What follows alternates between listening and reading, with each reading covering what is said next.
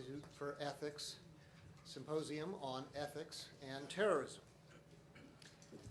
I'm Noah Pickus, the Associate Director of the Kenan Institute, and I will do a brief introduction and then turn it over to our formidable panel. Ethics and terrorism. Not exactly words you often hear used together. Some might even think them an oxymoron. They're also all around us. They've been all around us, discussions about ethics and terrorism here on the campus, and they're all around us in our lives outside of this campus. Part of what we wanted to do in this evening was to set specific conflicts within a much broader framework.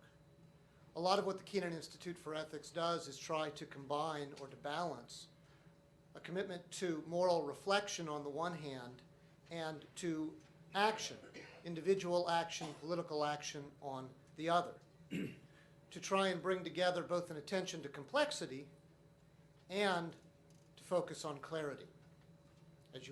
So I've stolen the beginning of Elizabeth's talk here to suggest that what we're trying to do is take a bit of a step back, not to avoid the more difficult issues, but to see if we can put them in a broader view. We have a simple setup for this evening. Elizabeth Quiche will begin with the presentation, and then we will follow by 4 comments. We don't have anyone better that I can think of to lead us into thinking about these difficult issues than Elizabeth.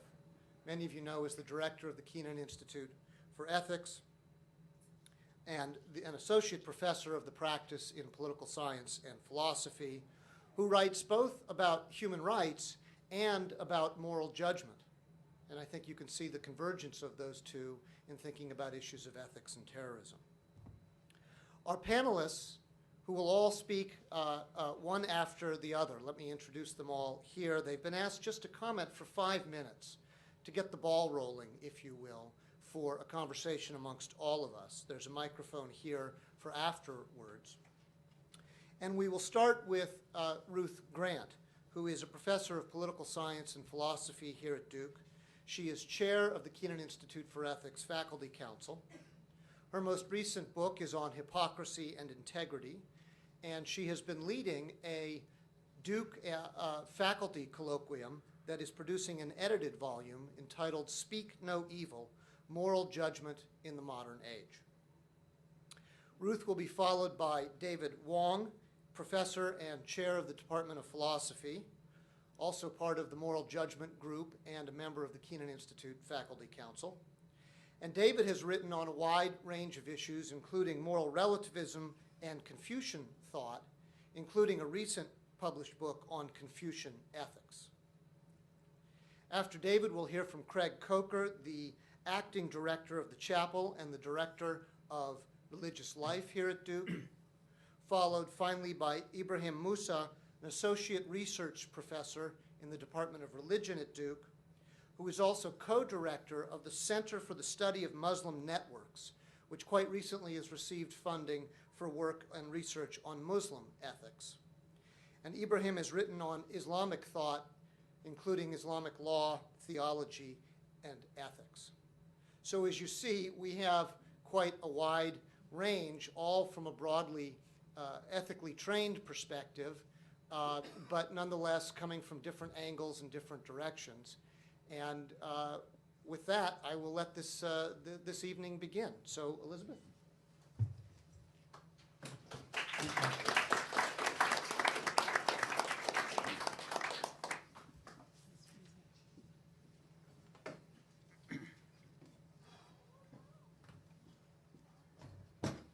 Thank you, everybody, for coming. And since Noah stole my opening thought, I'll also steal a joke that I thought he was going to make, which is, what happens when you get a Jew, a Muslim, a Christian, and a Confucian in the room together? Yeah. Well, we'll see tonight. My remarks are under the title Terrorism and Moral Judgment, and these reflections on terrorism I'll offer this evening comprise part of a larger effort that I'm involved with as part of actually Ruth Grant's Moral Judgment Project to develop a structured model of moral judgment that combines the virtues of clarity and complexity. So it seems to me one of the characteristic features of contemporary moral life is a tension between two poles. At one end is a kind of confident absolutism, which views morality as a set of clear black and white judgments of right and wrong. At the other end is an ethic of complexity and contingency that views moral life not as black and white, but as a subtle shimmer of grays. Each pole attracts as well as repels. A morality of bright lines stands for something. At its best, it is an ethic of strong convictions and of clear guidance for principled action. But it can also exhibit a lack of moral imagination, lapsing into knee-jerk and simplistic judgments, uninformed dogmatism, even fanaticism. By contrast, a morality of nuanced judgment is rich in sensitivity and moral imagination. At its best, it's an ethic born out of an intelligent and self-critical encounter with a complex world. But its logic of, on the one hand, on the other hand, qualifications can also result in moral paralysis, in a stance that ultimately stands for nothing and provides excuses for abdicating moral responsibility. William Butler Yeats succinctly captured the twin dangers of these two poles when he prophesied in his magnificent poem, The Second Coming, a 20th century in which, quote, the best lack all conviction, while the worst are filled with passionate intensity. So for those of us, like myself, who find ourselves drawn intellectually and temperamentally to both poles, it's imperative to try to construct approaches to moral judgment that combine their virtues while avoiding their vices. What might such an approach to moral judgment look like? Well, I will venture to construct an answer, or at least the beginnings of an answer to this question, by examining moral judgments about terrorism. The Al-Qaeda attacks on the US in September 11, 2001, as well as in Kenya, Tanzania, Bali, Egypt, and elsewhere, the US declaration of a war on terror, the invasions of Afghanistan and Iraq, the Oklahoma City bombing, the Second Palestinian Intifada and the Israeli occupation, the Russian-Chechen conflict, hostage takings in Russia, Iraq, and Afghanistan, have made terrorism and the responses to it one of the central moral and political challenges of our age. The choice of terrorism itself reveals deep moral polarization. People adopt terrorist tactics out of rage and resentment and justify them by appeal to Manichaean worldviews. But judgments about terrorism have also tended to polarize us.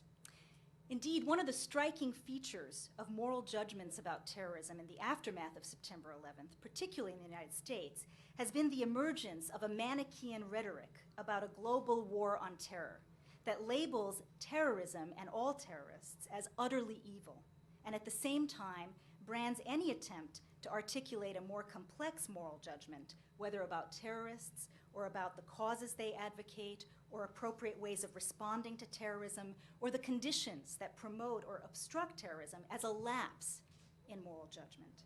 This morality of bright lines confidently proclaims that we who represent civilization, freedom, and goodness face a battle with a demonic global force, the enemies of freedom. Those who take issue with this vision are immediately under suspicion of cowardice, they're soft on terror, or of insensitivity to the victims of terror, or even of treacherous disloyalty to our side. We also encounter a different Manichaean rhetoric that's almost a mirror image of the first.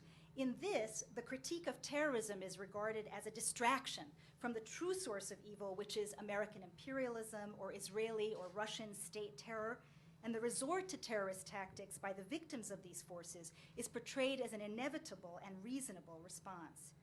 This morality of bright lines confidently proclaims that the true enemies of freedom and justice are not those who are labeled terrorists, but those who do the labeling. Anyone who tries to do a more complex or to articulate a more complex moral position that, for instance, condemns those who choose, condone, or glorify terrorism is immediately under suspicion for failing to grasp the heart of the matter. Both of these Manichaean responses to terrorism focus on a single powerful villain. Both are deeply suspicious of moral complexity, of any suggestion that there are fateful moral choices and political choices, legitimate interests and grievances, and indeed villainies on all sides. Such moral simplification is, of course, typical in wartime, but I want to argue it's also logically flawed and morally dangerous. Its logical flaw is to suppose that any second moral judgment weakens or vitiates the first, particularly if the second judgment is an acknowledgement of wrongdoing on our side or of legitimate grievances on their side. So, for instance, we cannot condemn the Beslan school hostage atrocity while also condemning the Russian army's gross human rights violations in Chechnya, because the second judgment somehow undermines the first. Yet this is surely not the case. We can simultaneously criticize the Russian army's campaign of murder, rape, looting, and destruction, and note that it is helping to create the conditions for Shamil Beshayev's Chechen Muslim extremist movement to arise and grow, while also condemning Bashayev's tactics of killing and terrorizing Russian civilians as morally inexcusable. In fact, both of these judgments are rooted in the same commitments to human dignity and rights, and the same prohibitions against targeting civilians and non-combatants. Or, to take another example, we can condemn terrorism while drawing important moral distinctions among individual terrorists, between, for example, the culpability of men like Bashayev, who took credit for the Beslan school hostage-taking, or the leaders of the Al-Aqsa Martyrs Brigade, who recruit and train teenagers for suicide missions, and that of Hussam Abdo, the 15-year-old would-be suicide bomber who, after he was disarmed by Israeli soldiers earlier this year, admitted that his main reasons for volunteering to perform his mission were to avenge the death of a school friend, to avoid having to go back to school, and because all the kids at his school thought martyrdom was, quote, better than being a singer or a footballer. Thus, drawing one moral line, killing and terrorizing school children or commuters is horribly wrong, does not prevent us from drawing another one between adults who dream up schemes to kill and terrorize commuters and school children and recruit others, including children, to carry them out, and a child who thoughtlessly succumbs to their influence. The moral danger of adopting two-dimensional Manichaean rhetoric about terrorism is that it makes us lose sight of these and many other morally relevant features of the situation, and especially that it blinds us to the moral stakes involved in our own responses to it. The question, though, is whether we can resist these moral simplifications and develop a more complex set of judgments about terrorism without lapsing into the opposite vices of murkiness and equivocation. So as a preliminary attempt to suggest that perhaps we can, I want to offer a sketch of a model of moral judgment that combines commitment to core moral norms of human rights, justice, and empathy with an appreciation of the importance of what I call different layers of judgment. And I want to call attention in particular to 5 different layers of judgment. Judgments about, first, an action or a practice. Second, the motivations, interests, and goals of those who engage in it or defend it. Third, the social contexts that shape, sustain, and give meaning to it. Fourth, our own moral standing in relation to it. And finally, fifth, appropriate and effective responses to it. As I'll try to show, a focus on these layers allows us to develop a more three-dimensional understanding of the questions of good and evil, justice and injustice, guilt, innocence, and responsibility that are raised by terrorism. And it also explains why bright-line moral judgments in one layer are compatible with other judgments in other layers. And finally, it provides us, I hope, with a clearer understanding of the challenges and opportunities we face in upholding our position. So let me begin with some reflections on judging the act of terrorism, the practice of terrorism. One of the curious features of debates over terrorism is the degree of disagreement that persists over how to define it.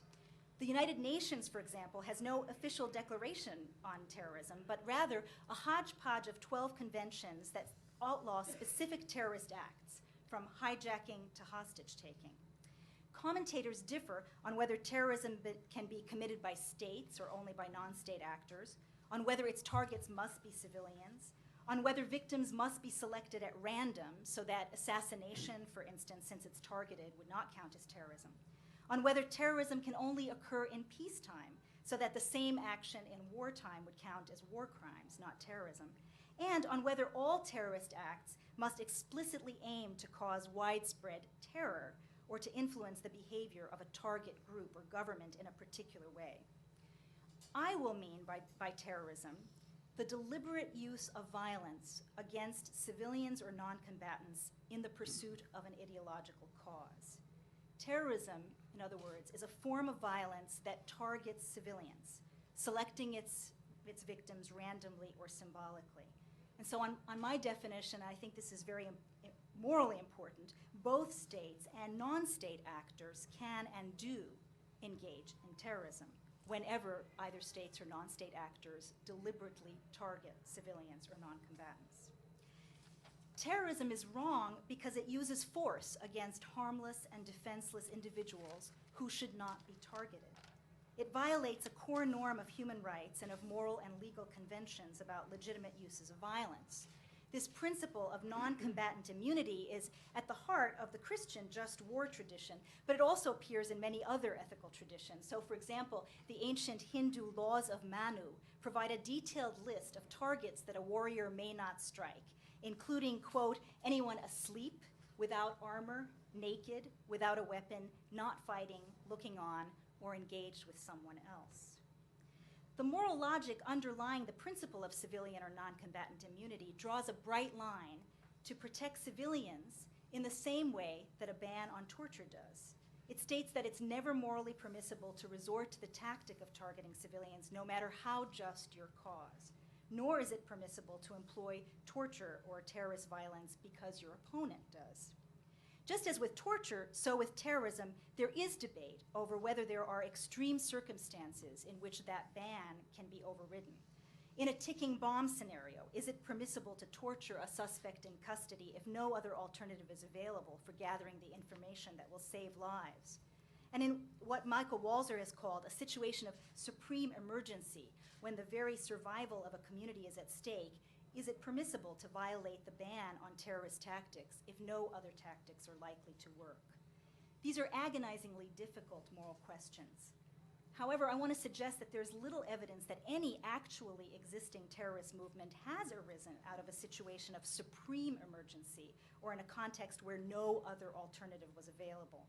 And given the horrifying prospect of normalizing torture and terrorism as legitimate forms of violence, and the likelihood that extreme circumstances will be invoked in an expansive way, a danger made vividly clear in the case of torture by the US Justice Department's recent so-called torture memo and the subsequent torture scandal at Abu Ghraib prison, I would argue for an absolute prohibition on terrorist tactics. The principle of non-combatant immunity is not, however, the only coherent moral logic available for judging terrorism. Its most important rival is lex talionis, an eye for an eye. Osama bin Laden recently invoked the idea that Allah permitted the wronged one to retaliate against the oppressor in kind in his recent speech, arguing that it's permissible to inflict death and suffering on civilians in retaliation for civilian deaths, and claiming that the World Trade Center bombing was a just punishment for the 1982 bombardment of Lebanon, which destroyed twin high-rises and killed civilians. Similar motives of retaliation for the killing of civilians are also frequently invoked to justify suicide bombings in Israel.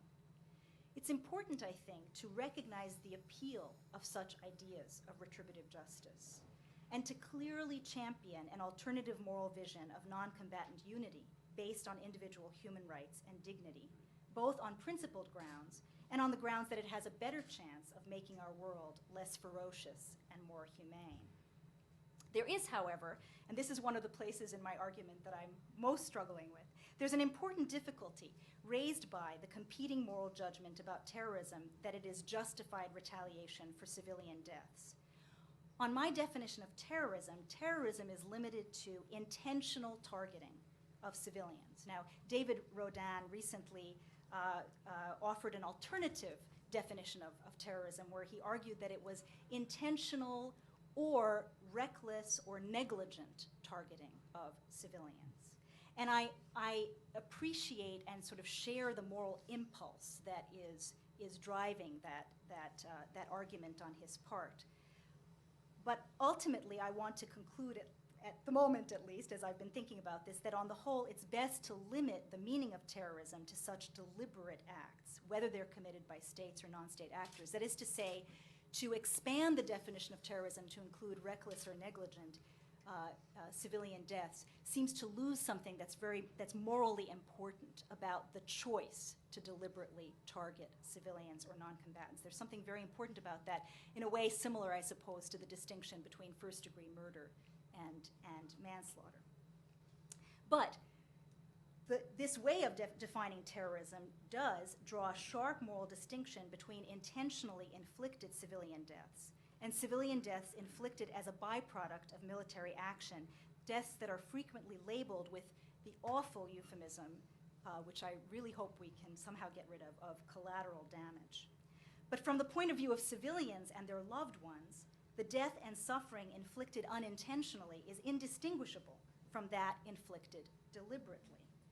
And they are also indistinguishable from the perspective of the moral logic of an eye for an eye.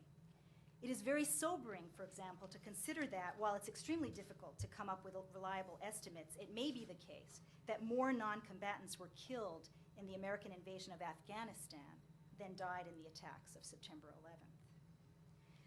The moral distinction, this moral distinction that I'm insisting on between intentionally and unintentionally caused civilian deaths, is explained in the just war tradition through the much debated doctrine of double effect. While I don't have time here, I mean, there's been acres and acres written on the doctrine of double effect, and I don't have time here to examine the doctrine, though I'm happy to talk about it afterwards. I do want to emphasize that if we accept this distinction, that is, if we appeal to the principle of non-combatant immunity as the basis of our moral condemnation of terrorism and draw a sharp distinction between intentional and unintentionally caused civilian deaths, we are under a very strong obligation on both principled and pragmatic grounds to prevent and avoid civilian casualties. This raises concerns about a variety of tactics used in response to terrorism, from shoot-to-kill policies in the occupied territories to high-altitude aerial bombardment in Afghanistan and Iraq. So the model of moral judgment that I'm proposing affirms a bright line ban on terrorist tactics, but it also points to some of the challenges this entails in how we respond to terrorism, both in word and action. In other words, the condemnation of terrorism is only the beginning of a chain of fateful moral choices and priorities. Let me turn next to judging the motivations, interests, and goals of those who engage in or defend terrorism. While a Manichaean approach to terrorism paints a sweeping and monochromatic portrait of terrorists as evil enemies of freedom, a layered model of moral judgment compels us to engage in a more fine-grained analysis of the motivations, interests, and goals of those who engage in or defend terrorism. It brings into sharper focus the human realities of those who lead or get swept up in terrorist movements. The dour fanatic Mohammed Atta and the barely reformed playboy Ziad Jarrah, two of the September 11th pilots, are very different individuals, as are the arrogant warlord Shamil Bashayev and the naive teenage suicide bomber Hussam Abdo.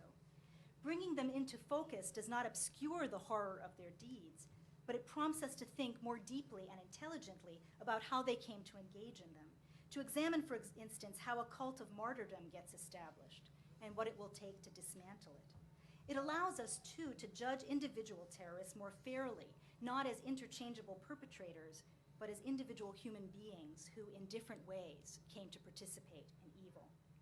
A more fine-grained analysis also allows us to distinguish among the ideological visions and political goals of those who employ terrorism.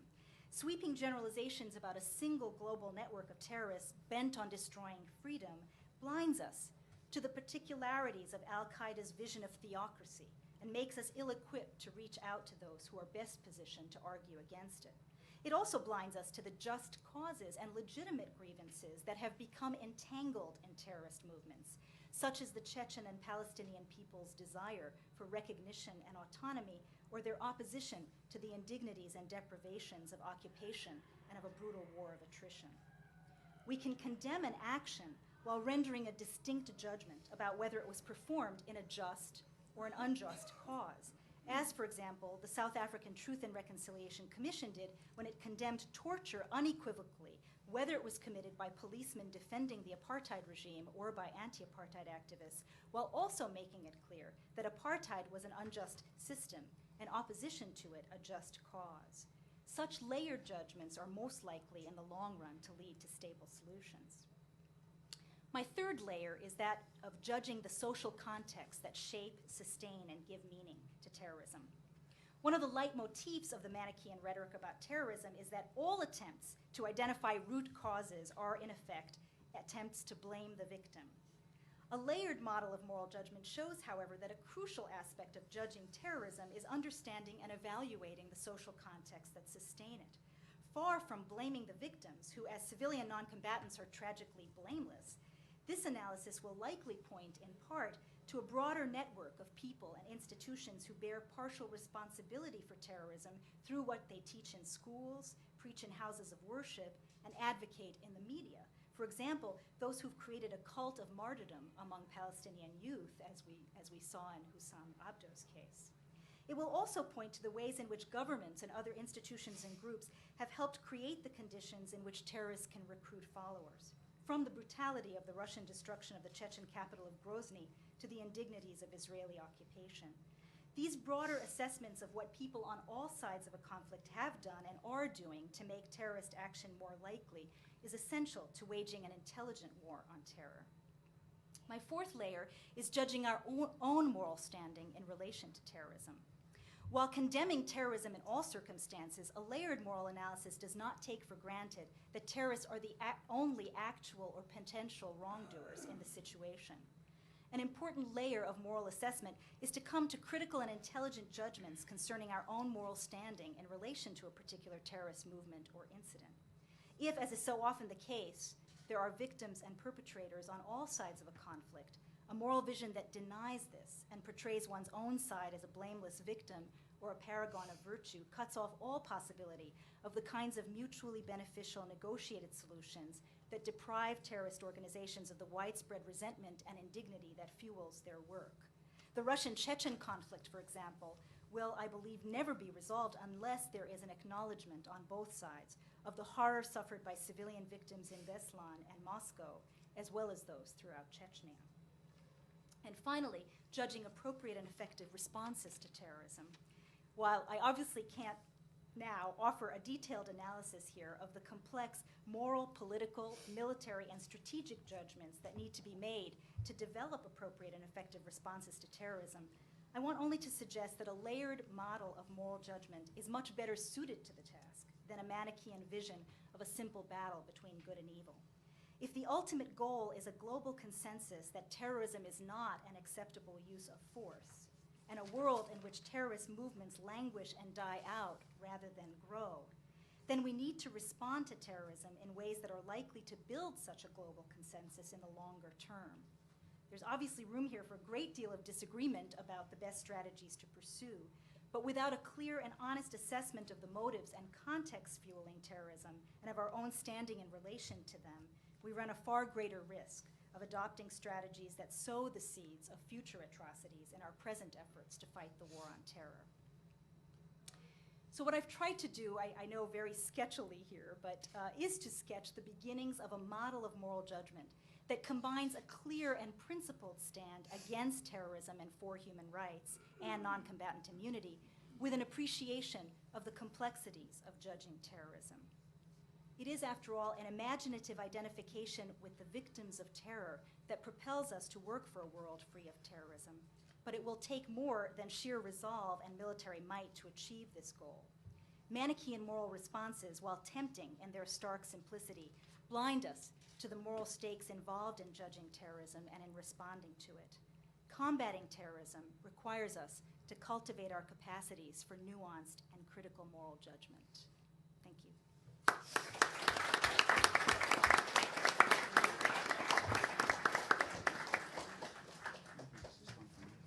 Thank you, Elizabeth.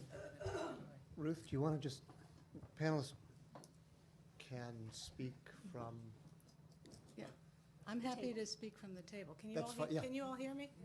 Okay. Thank you, Elizabeth, for a very clear and nuanced presentation.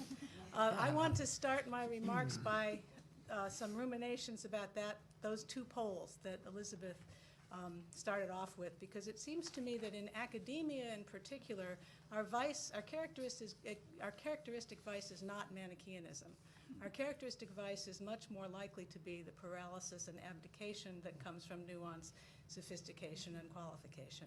We are, after all, promoted for publishing qualifications of our colleagues' statements and paid for nuance and sophistication. So I started thinking about that when I first read Elizabeth's remarks, and it struck me that we seem to be particularly in trouble in this way with respect to terror. We're not having a panel on ethics and torture or ethics and genocide. Torture, genocide, and terror are all extreme and inhumane means to achieve political ends, but we seem to have more clarity about torture and genocide than we do about terror. So I asked myself why that might be the case, and I just want to offer quickly 3 suggestions, 2 psychological and 1 having to do with an intellectual confusion. The first is that I think that we are becoming desensitized to terror. I mean, I remember the first hijackings in the 60s and the way that people responded. We read about terrorist acts in the newspaper every day, and it takes something as horrible as Beslan, really, to get much of a reaction. And I think that this actually has quite a lot to do with judgment, because the emotional reaction only takes place out of a recognition that the event is unjust. It's that recognition that provokes the indignation. So it seems to me that if we become accustomed to terror as an ordinary way of doing political business for some people, and our reactions are dulled, our judgment will be dulled as well. Although I think it's psychologically necessary to protect ourselves from constant agitation about these things. The second reason, I think, is that all of us like to think of ourselves as being good people, and to most of us that means having sympathy for the underdog. And terror is very often used in the name of causes championing the causes of the oppressed, unlike genocide. You know, we don't have any problem condemning the Janjaweed because we don't have any sense of sympathy for their cause or anything that they represent. Whereas it seems to me it causes a certain kind of paralysis when people who claim our sympathies on one level do terrible things. It makes it harder for us to think about the problem. The third is the intellectual confusion, and I just want to illustrate this with a comment on a statement that I'm sure you all heard floating around after September 11th. One man's terrorist is another man's freedom fighter. That was meant to suggest that this is all a matter of arbitrary definition, and we ought to abdicate judgment. There's no judgment really that can be made here. It seems to me that that doesn't make any sense. It's about like saying one man's torturer is another man's patriot. Torture and terrorism are means, freedom and patriotism suggest ends. You can clearly be a terrorist and a freedom fighter. You can be a freedom fighter and reject violence of any kind, like King or Gandhi. You can be a terrorist and fight for something other than freedom. So these are just not commensurable in that way. So it seems to me that there is a clear ethical question about terrorism, and it is it ever a legitimate means for political struggle? People disagree about that question, but you can argue about that disagreement. It's not just a matter of arbitrary definition, and I think Elizabeth, in her clear way, gave us a kind of antidote for our characteristic vice by showing us how we could go about having that discussion.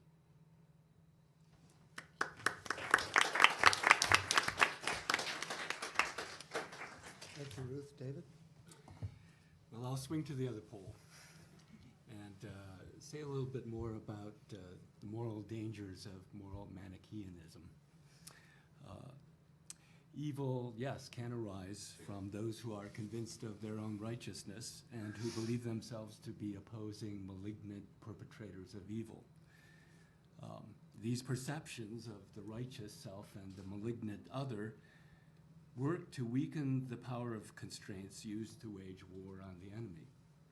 The results not only include terrorist attacks on civilians in self-declared wars on evil, but a greater willingness to set aside constraints against humiliation, torture, and presumption of innocence in the response to these attacks. In the case of the radical Islamist war on the US and its allies, and the corresponding war on terrorism waged by the US and its allies, Many on both sides in this conflict see themselves as the righteous battling the malignantly evil. In such worst-case scenarios, each side feels increased permission to set aside constraints on war against the other, with the result that its actions confirm for the other side that it is truly a malignantly evil opponent that must be fought with few or no constraints, and so the spiral turns downward. Radical Islamist fundamentalism, if not Islam as a whole, is seen by many Americans as a monolithic entity and equated with aggression, fanaticism, irrationality, and antipathy towards women and human rights. President Bush encourages this perception by assimilating violent radical Islamists to all the evil movements of the last century. By abandoning every value except the will to power, he says, they follow in the path of fascism and Nazism and totalitarianism.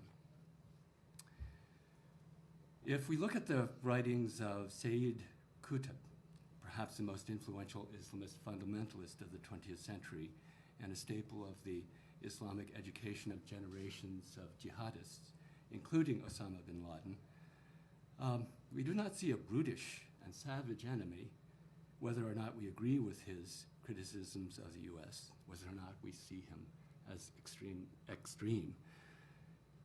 Qutb came back from his visit to the US, repulsed by racism towards Arabs, by what he saw to be its preoccupation with pleasure and material interest, and by the cultural encouragement he thought it gave to women to leave their proper roles of bringing up children, to use their ability for material productivity, he said, rather than the development of human character.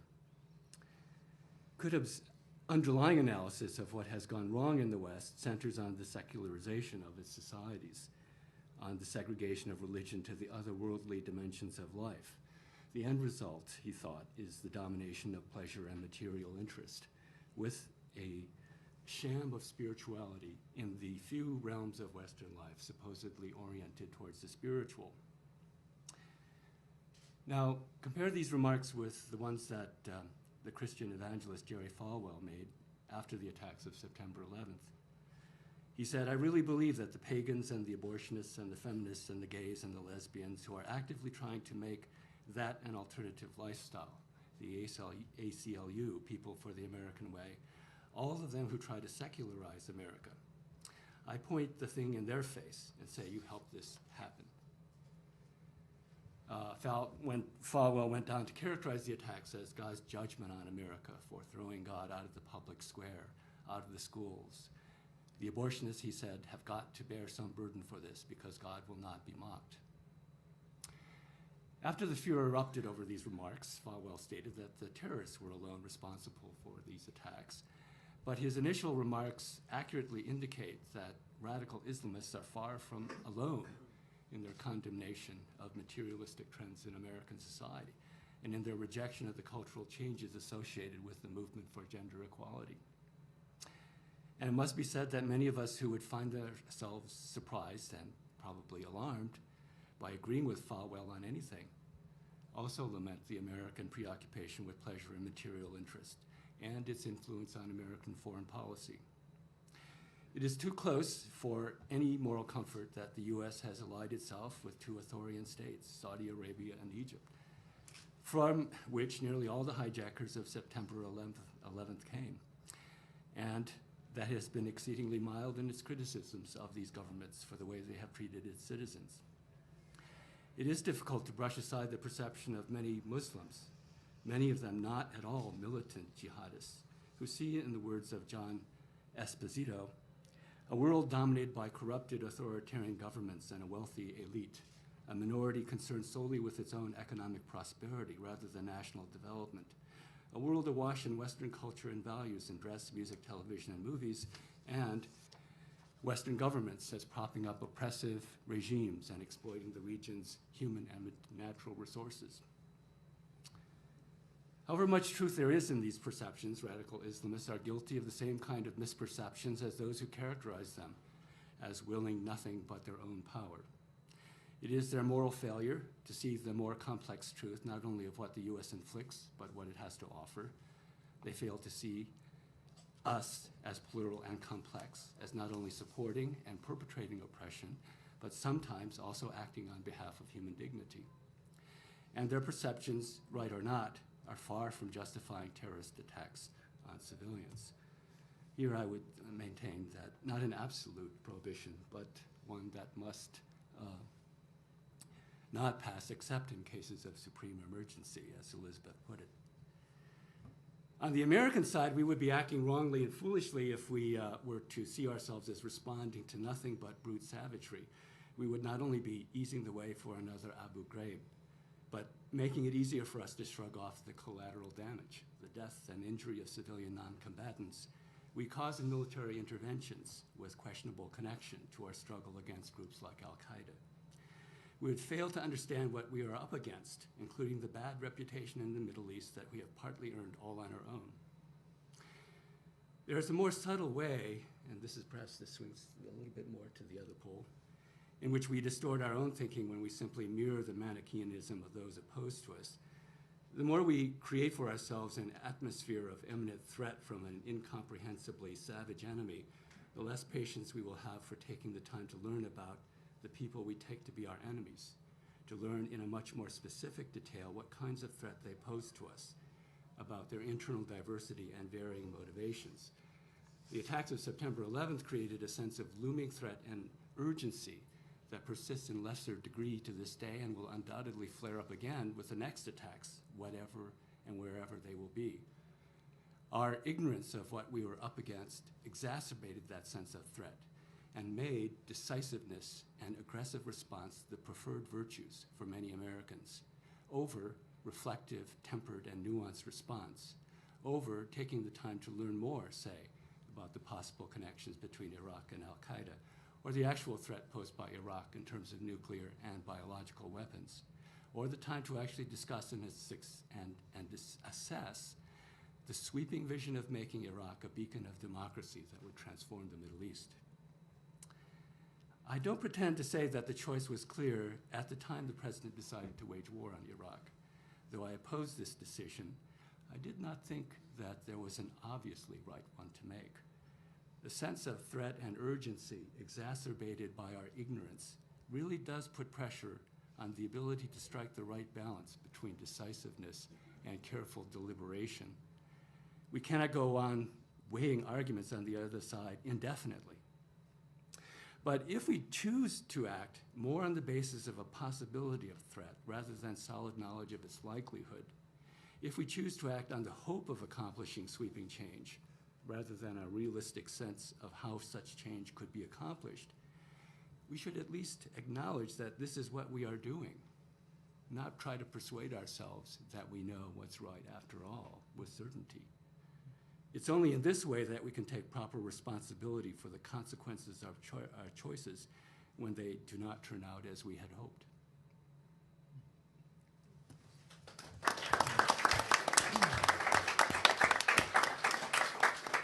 Thank you, David. Craig? Yeah, thanks, colleagues. Thank you, Elizabeth, for this invitation to take part in this panel. Let me say, I'm speaking, as I'm invited to speak, and I will speak out of a particularly Christian perspective. So I'm trying to frame it in the understanding of a Christian worldview of how Christian theology, and not just sort of the, I think, sort of what's sort of in vogue Christian theology of the day, but the Christian perspective over the past 2,000 years might help us think about these issues of terrorism and morality. First, I'd like to absolutely affirm this anti-Manichaean view of looking at the world, and I appreciate the attempt to integrate moral clarity and moral complexity, and to stay out of the good versus evil dichotomies that we so easily fall into without getting bogged down in sacrificing right and wrong upon the altar of detail. It seems to me that a Christian perspective would affirm this very much. There's a basic sense in Christian ethics that there are those evil people out there, and here are these good people in here. But rather, there's within each and every person a powerful possibility of devastating evil that all of us are capable of performing, while also an integrated sense of great good that each person is also capable of performing. So then, in relation to September 11th, for example, at one point after the September 11th attacks, President Bush made the statement that the U.S. would rid the world of evil. Presumably, he's speaking about terrorists at this point, that the United States will rid the world of evil.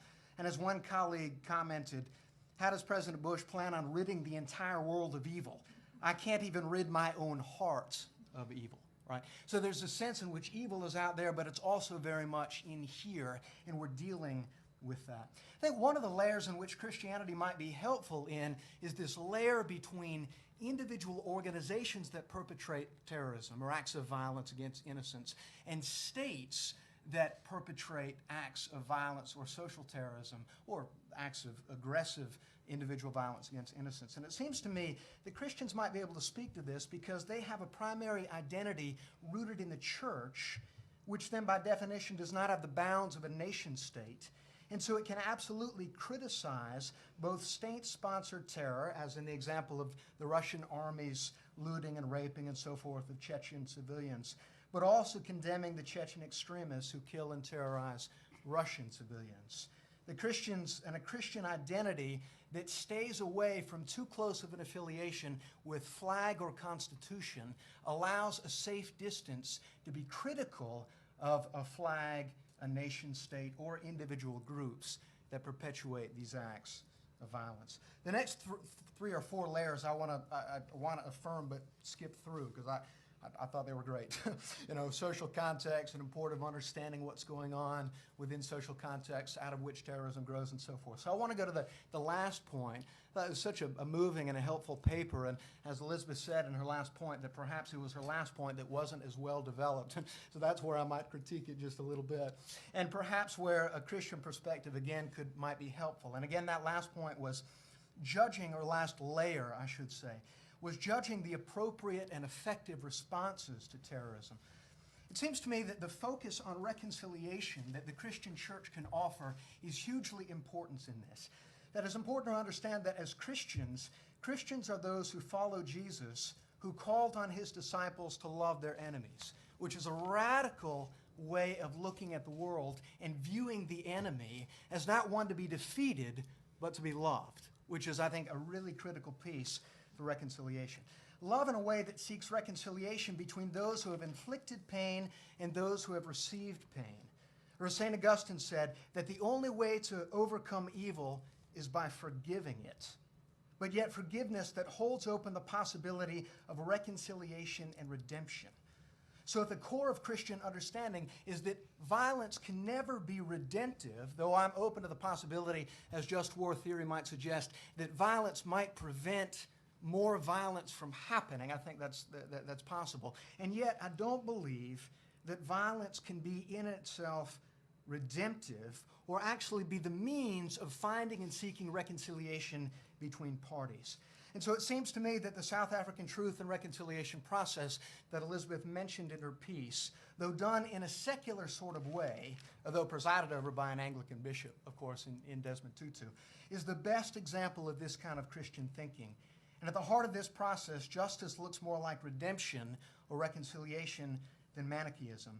A process that doesn't try to dehumanize justice, saying to parents who may have lost a child, maybe this child is in a cafe and a car pulls up and a bomb goes off and the child is killed, not saying to them that an eye for an eye, Manichaean view of justice will find you redempted. Clearly it won't. I mean, there's no way to overcome this kind of suffering and pain that a family would undergo through that process.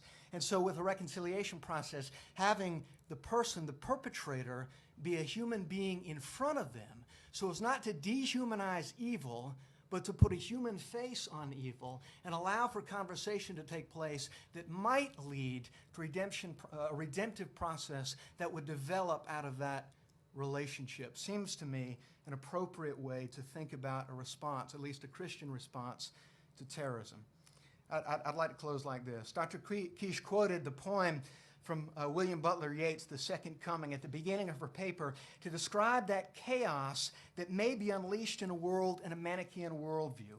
And just to, if you remember, mere anarchy is loosed upon the world. The blood-dimmed tide is loosed, and everywhere the ceremony of innocence is drowned. And then her quote, "The best lack all conviction, while the worst are full of passionate intensity." But then the second part of that poem turns. And the second movement is one towards redemption and reconciliation and a world that is no longer caught in the jaws of chaos. And a phrase out of that second movement, the darkness drops again, but now I know that 20 centuries of stony sleep were vexed to nightmare by a rocking cradle. And Yeats, of course, is referring to the innocence of the cradle of Bethlehem, an image of redemption and reconciliation, not described in the vocabulary of force, but rather practiced in the virtues of forgiveness and love. Thanks.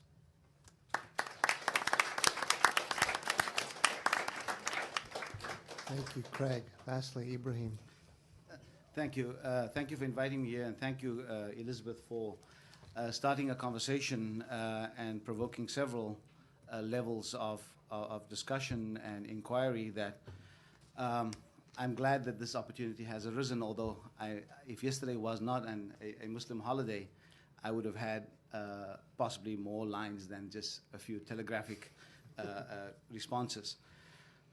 What I particularly like about Elizabeth's approach is obviously the resistance to the Manichaean distinctions, and I think one of the approaches I've adopted in trying to understand many issues both in history but also in contemporary context is that we live in the portal of life. We don't live inside the house or outside the house, but we live in the portal. We live in this intermediate stage, the dihliz, as a 12th century thinker called Ghazali spoke about. And I think that helps us to problematize. Let me just raise some of the provocations that this paper started and suggested to me. One is that the sociology of the political conditions that precedes terror. And I think that we will be amiss if, as Elizabeth urges us, to look at, to ignore the historic and social conditions. And Jacqueline Rose, a reviewer in the latest issue of the London Review of Books, in reviewing 2 books on suicide bombing, concludes, she says that for years, Israeli Secret Service analysts and social scientists have been trying to build up a typical profile of the suicide assassin, only to conclude that there isn't one. It may indeed be that your desire to solve the problem is creating it, that burrowing into the psyche of the enemy, far from being an attempt to dignify them with understanding, is a form of evasion that blinds you to your responsibility for the state they are in. There is one thing that nobody will disagree with. The story of suicide bombings is a story of people driven to extremes. Children who have seen so much inhumanity, Al-Sarraj, who is a psychologist in the West Bank, states, inevitably come out with inhuman responses. And now Rose closes, she says, we need to find a language that will allow us to recognize why, in a world of inequality and injustice, people are driven to do things that we hate, without claiming to know too much, without condescension. And so I think with that kind of advisory, I think that it's a very, very useful way to approach this. And I think Elizabeth has, in many ways, inflected elements of that sentiment that Jacqueline Rose expresses. Now, the other thing is that the fact that we have terror and this huge peak in terror, I think we need to ask the question, what has happened to the international order and the political order? The lack of consensus in the international order on what is the good. And in particular, the politicization of human rights and the predisposition of the powerful to see themselves as above the law. And in some ways, human rights has been the victim of much of the last part of the century and the beginning of the 21st. The third point that I think Elizabeth raises is the whole question of intentional targeting of civilians. And in some way, this is possibly a very problematic one because it rests, and the intentional, and I underline the whole thing, intentional targeting of civilians, because I think that, and here we need to problematize that, because it rests on the asymmetry that those who have the power are capable to define and give content to the intention. How is intention measured? By which calculus and by which measurement? And I would have to raise the prospect of not intentionality of terror and targeting of civilians, but rather the calculus we should begin to explore the whole question of the performance and the performative act of violence. What does violence do?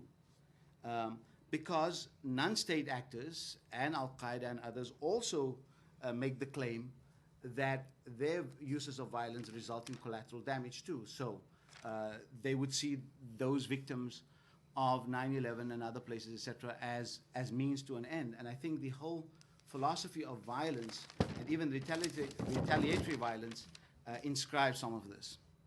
And so the consequences of violence, the question of scale and the questions of proportionality, I think go directly to the whole question of the definition of terrorism and retaliation to terrorism in the whole question of intentional attack on civilians or intentionally targeting civilians. And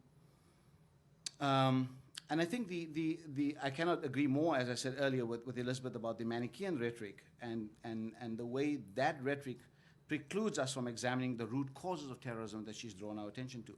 And here, I think in some way, in part a response to one of Ruth's comments, I mean, the whole question of the judgment of history and the history of contemporary struggles.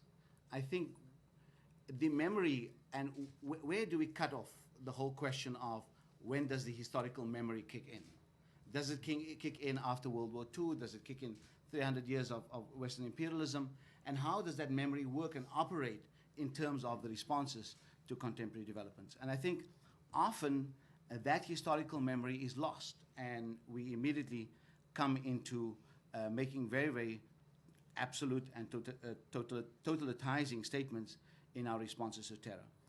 As part of the whole question of exploring the historical context, one cannot lump Japanese kamikazes together with Tamil Tigers and Hezbollah, Hamas, or Al-Qaeda. Each of these struggles have very, very, very, very different genealogies. And in some of them, the question of the use of terror or suicide bombing has ceased. In the case of Iran, they'd used suicide bombings in the war against Iraq. That ended. In the case of Hezbollah, it ended in that particular context, in the particular theaters. So there is a sociology that we need to address. The first point is that we need to ask whether the moral response to the illegitimate use of violence and whether the response to such violence is whether it should be a war or whether it should be a police action. And that's a very, very important distinction between a war and a police action. A police action involves a very, very different set of criteria. It involves a very different kinds of consensus. It involves a very, very different kinds of operational tactics in dealing with violent crime and illegitimate use of violence. And can it be can it be a war that is in violation of international norms and declares a state of exception, a la Schmidt, in order to declare sovereignty? I mean, and I think in the eyes of many right-thinking people of the world, the response to Afghanistan through a war in Afghanistan, even though it did have a certain amount of international support, and even worse, the war in Iraq, obviously is a way of declaring a state of exception and suspending international law, and in the case of the United States also the national law. Another question that arises is a larger thing to unpack, and Elizabeth has put this thing in a nice idiom of layers, so I will just lift it a little bit and then just leave it for the audience to explore further. Is non-combatant immunity still possible with the modern technology of warfare? I mean, the way in which modern technology is exercised, and I know people are going to say we have this precision bombing. It's precisely in all this precision bombing that tens of and dozens of people die. So non-combatant immunity, I'm particularly dubious whether the technologies of war that we use, I guess in pre-modern times, that possibility where people went out to the field and challenged others on horses and steeds and did things in an open felt or field was something else. So that is a layer we need to unpack. Another layer to unpack is what Elizabeth raises, the question of state terror. That's a very, very critical question and something in the minds and in the moral questioning of many parts of the world. On his, a week before he died, the South African Justice Minister, Dullah Omar, a friend of mine, he is just a man, just to give a background, he was very active in the anti-apartheid movement, went to prison, spent very active in the TRC. On his deathbed, he told me, "Are you guys doing anything about the war in Iraq?" He knows that I'm here.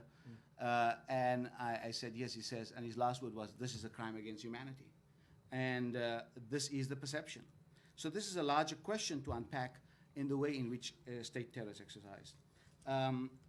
The last one is of course, there's very overt forms of both incitement that we find in Muslim cultures and especially those who foment the terror activities of groups like Al-Qaeda and others. But we also need to look at the kind of the velvet glove propaganda that happens in more subtle forms and works on the psyches of newspaper reading publics and television watching publics in the West. I mean, the keywords and codings, etc., create exactly the same kind of sentiments that creates this kind of blind responses to the context and the responses that are animated in the kinds of retaliatory practices that become manifest from our side. Thank you very much.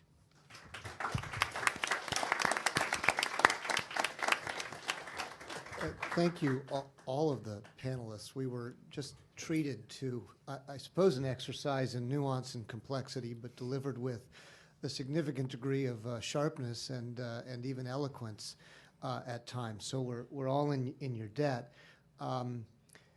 In some cases, there have been challenges, Elizabeth, to your paper, and in other cases, acceptance of the claims against Manichaeanism. But say that 3 times fast. But questions about the psychological and the intellectual and the political dimension of, after all the complexity and nuance is done, how does that translate into decisiveness and action? And as Ruth reminded us, that the burden on us, in effect, is the burden about how to deal with paralysis by analysis, not over decisiveness. That is at least within this community. So I want to invite you to, if you have any immediate responses to the panel, or if you want to just wait until questions. I think I'd rather wait. That's fine. If I started to try to respond, I would go on way Well, too long. we will not let that happen. So we'll give you the last word, but I want to invite questions to Elizabeth and to any of the panelists. There's a microphone right here in the middle for the first brave soul who wishes to wade in. Julian. I think one of the things that I found, first of all, wonderful paper and comments, but I think one of the things that I found troubling, and some of the other panelists touched on it, was this notion that the collateral damage or the lack of intention, and you mentioned in your comments that it was a problem notion, but Professor Moosa mentioned as well that, with sort of modern technology and warfare, I almost feel like it gives states, to the extent that you acknowledge the possibility of state terrorism, it gives states a free pass. Because, there are a few occasions in history where you can say states have explicitly targeted civilians for the same reasons that non-state actors might target civilians, but I think it's been much more common that, they're the kinds of things that we've seen where we're targeting someone in this house, but if, 50 people in surrounding areas are killed, then that's quote-unquote collateral damage. And so I feel like it's difficult on the one hand to be sincere about holding states accountable as potential or real terrorists, and on the other hand, drawing that distinction. No, should I go ahead and respond? I would go ahead and respond to that. Great. No, and I appreciate the question. As I indicated, I'm also really struggling with this. Does it give states a free pass? And I do fear that the ways in which certainly this horrible euphemism, collateral damage, the fact that we don't track civilian casualties, there's a lot that's very, very morally disturbing. And of course, Ebrahim also raised the point about whether modern military technology is such that non-combatant immunity, in a way, is a sort of a quaint and old-fashioned notion. And I don't have a great response to this. This is something that I'm really struggling with myself. I don't think it's the case that modern technology makes it impossible for warfare to be waged in such a way that truly diligent care is taken to avoid civilian and non-combatant casualties. I think doing so requires a willingness to accept higher risk to one's troops. I mean, what happened in Kosovo, for example, was we were so unwilling, the West was so unwilling to risk military casualties that we engaged in aerial bombardment that led to a higher degree of civilian casualties. But I think there is a difference, nevertheless, there is a difference between, Russian troops rounding up the civilians in a village in Chechnya and taking the men and boys out back and shooting them on the one hand, and hitting a military target and killing civilians in the process. I do think that there's an important difference there between, by the way, the West has certainly engaged in deliberate targeting of civilians. The terror bombing of European cities, German cities in the Second World War, I think is a clear case of state terror. But I think that there is an important moral distinction there. And I guess what the move that I would want to make would be sort of taking David Rodin's point and expanding it in two directions. One is to try to really refine this notion of reckless or negligent infliction of civilian casualties through targeting that is not directed specifically at civilian casualties. So sort of drawing a moral distinction between terrorism and this other thing, and we need to give it a name. But that is also wrong, and that is also impermissible. And then to develop a broader range of understandings about what it requires to avoid reckless and negligent infliction of civilian casualties. And quite specifically, what are the tactical the tactical decisions that it requires? What are the things that we will not do? What kinds of bombs will we not use, et cetera? So I feel like there's a lot of both sort of empirical work and moral work, but I guess I'm still resisting this idea of labeling the unintentional killing of civilians as terrorism. If it's negligent and reckless, it's wrong, and we need to name it as wrong, but it's not the same thing. Ruth, do you want to? I would like to respond to Ebrahim at some point. Okay. He signaled out something that I said. Well, I would say go ahead and do that right now. Okay. I wanted to respond to Ebrahim's point that I had ignored social and historical conditions in talking about terrorism, and the claim that it's social and historical conditions that drive people to terror. And there are two things that I'd like to say about that. One is that terrorism is generally a deliberate policy has been pursued over many years by various movements. It's not like trying to explain a spontaneous riot. And the second thing is that if you're going to take that point of view, it seems to me incumbent upon you to answer the question, how much injustice is enough to justify terror? Because otherwise, any time you see terror, you conclude that it's justified. If it's always something to which people are pushed by circumstances so horrible they can't behave in any other way, then whenever you see it, that must be what caused it. Whereas I think that cases like the Basques or the IRA or Palestine or Al-Qaeda are all very, very different cases, and I would precisely think that one would have to think about the different social, historical, and political factors that explain those differences.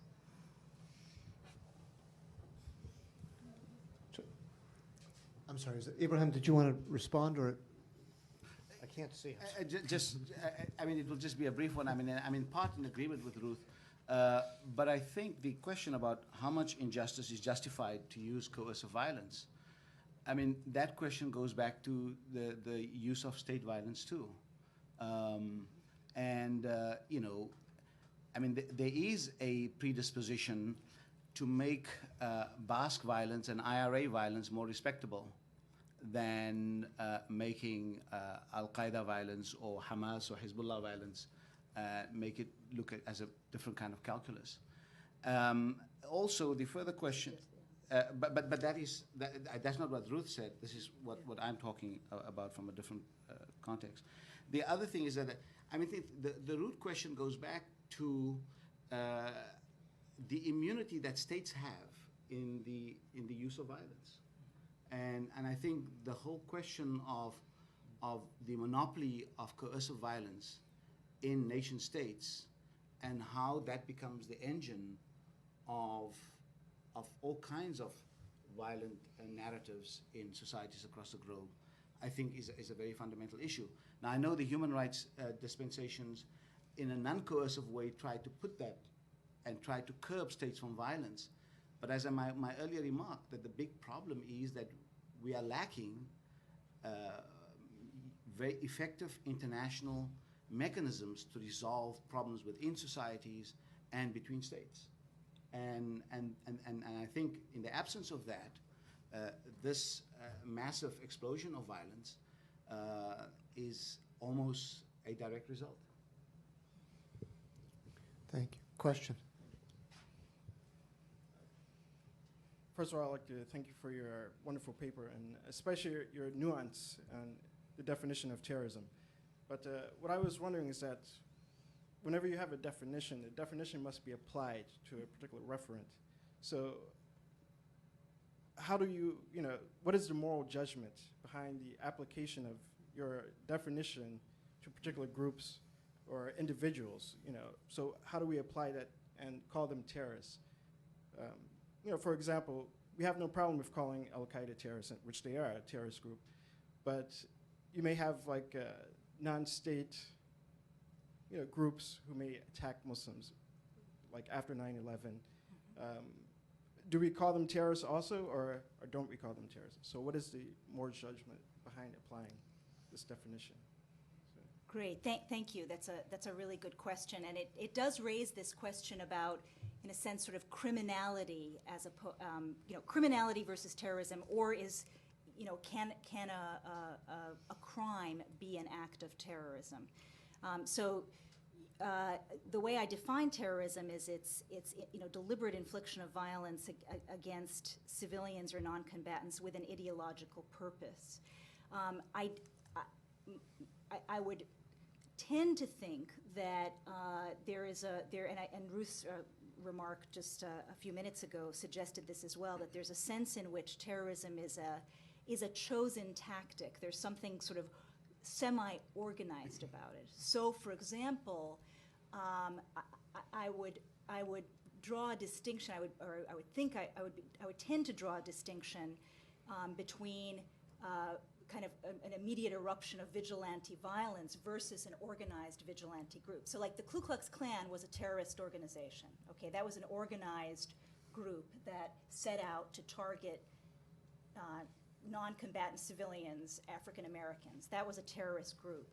But I would think that it would really depend on the circumstances. If you had somebody who, in the wake of 9/11, lost it and beat up somebody that they thought was an Arab American, which quite often was a Sikh or whatever. That's obviously a terrible thing to do. I'm not sure I would call it a terrorist action. It seems like unless it had a certain degree of organization and sort of ideological purpose, it wouldn't count as such. This is actually something that the South African Truth and Reconciliation Commission struggled with, because they were only interested in looking at actions that were gross human violations committed with a political purpose.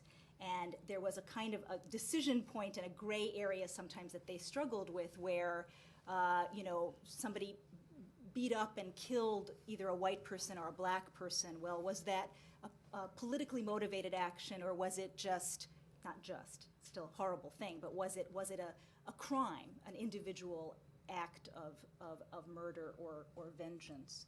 And so I think that the important piece there is that there needs to be some degree of sort of organization and strategic purpose that we can see in the act. David? Just to comment on the difference between terrorism and collateral damage, where you can foresee, I think, no matter how careful you are, of course, you can count on causing non-combatant casualties. This is partly because war inevitably becomes chaos, and things will break down. Precision calculations will break down, and our very advanced weapons will not function as we envision. And so I think that it does not, even if we take the greatest of care, states that wage war are going to inevitably cause foreseeable civilian casualties, and therefore it places a burden of justification on them. That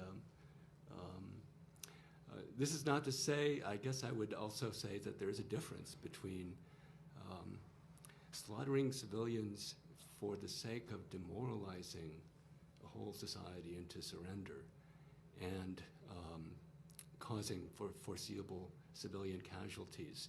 There is a moral difference, but there is a still very high burden of justification for the simple killing of civilians in a very predictable and foreseeable way. Please. Once again, I'd like to thank you all for this event. It seems to me that a lot of the moral discussion that we're having here rests upon a distinction between civilians and combatants. And I guess one of the questions that I have is, I think that combatants and civilians may be defined in vastly different ways by different people. So, for example, many people who justify suicide bombings by Palestinians to Israel or whomever else qualify certain Israelis as being soldiers or as not being civilians, for example. And that way, they can circumvent this moral dilemma that we seem to be having of a distinction between distinction between combatants and civilians. So that's the question that I have, as well as how do you really define what a combatant and a civilian is? Now, to complicate this further, I think when we talk about acts, we have people that are directly involved in the violent acts and those that are supporters of those violent acts. So, for example, if you're going to pull off a highway robbery or pull off a bank robbery, you'll most likely have somebody who will have a gun. You may have a driver as well, a driver of the van who will take the perpetrators away. And most people might consider both people to be equally culpable. So, for example, some people may view a supporter, one person who gives money to a terrorist group, as just as bad as someone who's a terrorist themselves. And as such, a combatant, not a civilian. So I'm really interrogating this distinction between civilian versus combatant. And how do we really come upon a universal definition or universal distinction between these two categories, so then we give moral force to this idea of terrorism? Thank you. Another excellent question, and you know, you're saying you're looking for sort of a universal way of distinguishing non-combatants and combatants, and we may not be able to do that. I mean, I think that some of the complexities that you raised are well taken. Couple of points. I mean, I do think that we have examples of armed resistance groups that very carefully, for the most part, targeted military targets. The African National Congress is an example of that. The ANC, in fact, was a nonviolent organization for something like 50 years before they took up violence, and with a few exceptions, which were, you know, dramatic and terrible exceptions, the Wimpy Bar bombing and some other what I would call terrorist incidents in South Africa.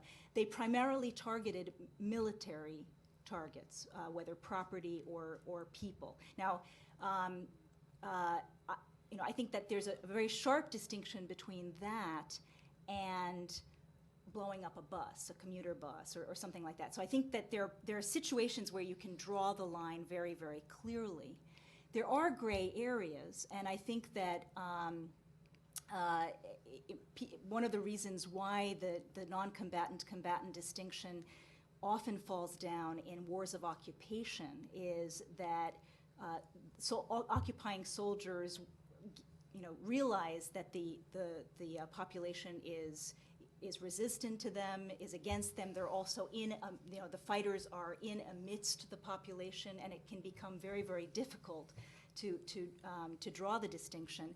The rule that I've heard, which makes a lot of sense to me, is if there's any doubt that the person is a civilian, that you should count them as a civilian. I mean, unless literally your life is at stake, you should assume that they're a civilian.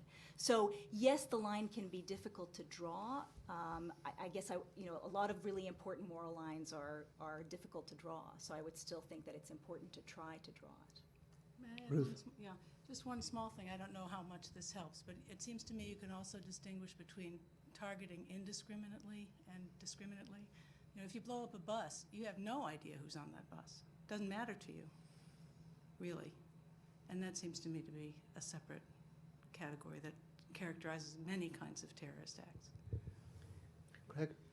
Well, this isn't an answer to your question because I think it's such a good one, but it perhaps is an illustration of the kind of moral ambiguity that's going on. I mean, you hear reports from U.S. soldiers in Fallujah, for example, who are saying civilians are acting like civilians, but then they're not really civilians, right? They sort of go into a house, hide, shoot, then walk out as a civilian into the streets, and then you have sort of this moral complication that, at least in this case, the U.S. soldiers find themselves in. So just as an illustration to your point, it's complicated. Clearly it's a question that's prompted a lot of responses. I also wanted to add one note, which is I think, because it relates to Elizabeth's paper and what she tried to do in it, and that is I think there's a risk when you start to blur the line between combatants and civilians, and you say that all Russians, because in some sense they, by being Russians, are supporting implicitly or explicitly the actions of the government, are targets, or transported to Israel, or whatever place you want to do it. And you go far enough upstream and you've basically erased all lines. There are no longer any distinctions, and then it really is just who's in charge and who's got the most firepower. And what I thought was useful about what Elizabeth was doing was trying to draw difficult but nonetheless fairly precise lines whenever possible, so that we don't find ourselves out there without any distinctions whatsoever. I think the moral logic runs pretty quickly in the wrong direction. Can I just? Ebrahim. I mean, I think one of the issues prompted the earlier question is, I mean, I think there's also a blurring in the popular media between the difference between an insurgency and terrorism, especially in the Iraqi context. I mean, an insurgency, there's very little law regarding insurgency, but there are several conventions, and these have a very different operational logic. And in the case of Iraq, I mean, that distinction is increasingly being phased over and conflated with terrorism. Mm-hmm. I think Elizabeth, you want to? I wanted to just second Yeah. what Ebrahim just said. I recently heard on a radio report the kind of internal debate that's going on within Iraq, where people are drawing a sharp moral line between insurgents firing at American soldiers versus this technique of kidnapping aid workers, and I think that's a very important moral distinction, and I think you're right, Ebrahim, that we are, by labeling anyone who shoots at American soldiers as terrorists, we're losing what terrorism is. Terrorism is, after all, targeting civilians. Yeah, and let me speak to that real quick. When I suggested sort of the complicated situation that perhaps U.S. soldiers are in is not in the sense that terrorists are firing at them, because I think this distinction between terrorists and insurgents is critical, but that U.S. soldiers who are engaged in battle, who are they engaged with? I mean, are they engaged with insurgents who are dressing up as civilians, or are they engaged with civilians, who are then sort of just caught in the middle of a crossfire between civilians and insurgents who look like them and U.S. soldiers who are in the midst of this? Any other Doris has picked you out. There's a question. Can you come to the microphone? I can't see you. There we go. The distinction earlier was drawn between the means, or as terrorism as a means, and the end, which may be freedom fighting. Well, it seems like when we get into this realm of ends, we enter a realm of real moral ambiguity. What ends are legitimate and what ends are not. So, can wars be fought? Can a war be justified for any other reason than through the ultimate savings of lives? Or can you fight a war addressing an end which you may believe to be morally wrong? So let me Can just you make repeat that last part? I didn't. Yes. Yeah, sure. Yeah. If you make the judgment that an end, if one state makes the judgment that the end of some act is morally deplorable, can war be justified for that reason and not for the reason of saving lives? Like, let's say we view a dictatorship, we see a dictatorship. This is a very morally clear situation, but let's say there's a situation in which the end of a goal might not be morally so deplorable, but depending upon whom you ask. So, because there's this moral ambiguity concerning the ends, can we fight wars for any other reason than for the savings of lives? Is that clear? Yeah, no, that's very clear, and I guess part of what's let me test this out. That part of what's motivating your question is, is it permissible to fight a war against, for example, an ideology that you find deeply abhorrent? Let's say an ideology that from what I've read is at the heart of at least the leaders of Al Qaeda. A kind of a theocratic vision in which women have a very low status, et cetera. Is that in and of itself, the fact that people are promoting that ideology, is that a justification to go to war? And my thought would be no, it isn't. I mean, in and of itself, it would not be a justification to go to war. A justification to go to war would require the need to defend innocence. Now, of course, if in trying to impose that ideology or promote that ideology, people are harming or murdering innocents, then going to war, perhaps engaging in humanitarian intervention, would be justified in some circumstances. But I think just the existence of the ideology. I mean, take Nazism. Would it have been justified? I mean, it's a really interesting question. Would it have been justified to go to war against Hitler simply on the grounds that National Socialism was this profoundly abhorrent ideology before Hitler started? Before he invaded Czechoslovakia. This is, I don't know. I will throw it to my fellow panelists. I guess my concern about that is that as a generalizable principle, it just seems like it is an argument for endemic, I mean, not that we already don't have endemic wars, but for making wars even more endemic in the international system. And given how horrible war is, something that a number of the panelists emphasized, I would be inclined to say it doesn't justify it. But I'd be interested in whether anybody thinks otherwise. It's kind of it's a question about preemptive war in some ways. Well, we might, if I can suggest that perhaps that's for another panel on preemptive war. But I did want Elizabeth to, if you had any other thing you wanted to respond to in wrapping up, to give you that opportunity. Yes. I guess the one thing, first of all, I want to thank all of the panelists. Every single set of comments was insightful and instructive, and as Noah said, eloquent as well. And I took copious notes, and if anybody does actually have something that they've written out, I would like a copy, because this is a work in progress, and I've really learned a lot from each of you. So I want to thank each of you. I think I just want to focus on and respond with great inadequacy to 2 points that were made, both of which were pushing quite legitimately at the sketchiness of my fifth layer. You know, what is an appropriate response to terrorism? And I did kind of sort of throw up my hands at that point, as was quite clear in the paper itself. And we had two people who responded pretty strongly to that. One was Craig, who sketched this notion of reconciliation as the appropriate response. And the other was Ebrahim, who was, in a sense, questioning whether war is an appropriate response, or whether whether a police action would be the appropriate response. So since those are sort of this, they're both questioning me on the same point, I thought I would offer some reflections, which are going to be, pretty basic here. In response to Craig's, I am myself deeply drawn to the Christian ethic of reconciliation.